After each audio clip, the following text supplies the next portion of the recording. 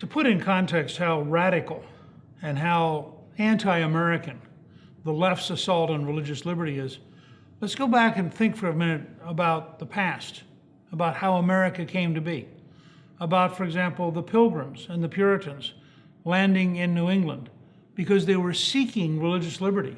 They were fleeing from persecution, about the religious intent of the colony in Jamestown, the first colony in the English-speaking New World, in which people went to church as much as 13 times a week.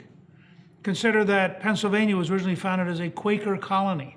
Again, a place that people could go to practice their religion.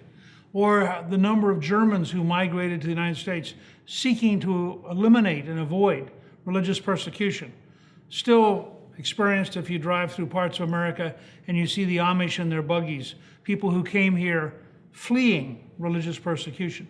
Or you can do what Callista and I did in both a book and a movie, Rediscovering God in America, and walk around our national monuments and realize how again and again, Washington, Jefferson, Lincoln, again and again were reminded the relationship they had to God, the belief that they had that America was a country in which God mattered and in which belief in God was central. So that's the background to a country which had truly come to believe that having its rights come from God. Remember the Declaration of Independence. We are endowed by our Creator with certain unalienable rights. And now let's look at how badly it's decayed and how vicious and intense the assault of the anti-religious left is. Today, you're in a situation where if you really follow certain religious beliefs, you end up in court over things like whether or not you'll bake a wedding cake, whether or not you'll take pictures. And the forces of intolerance are prepared to use the power of the government to punish you unless you do what they want.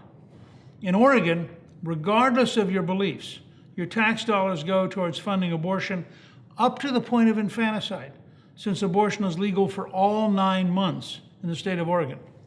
In May of 2009, a pro-life nurse at a New York hospital was forced to participate in a late-term abortion in spite of the hospital agreeing that it was a direct violation of her religious beliefs and that they wouldn't force her to violate her religious beliefs.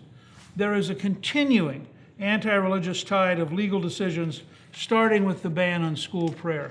And again, the courts have intervened to be secular, to have judges impose their values and their interpretations, breaking the whole pattern of American history.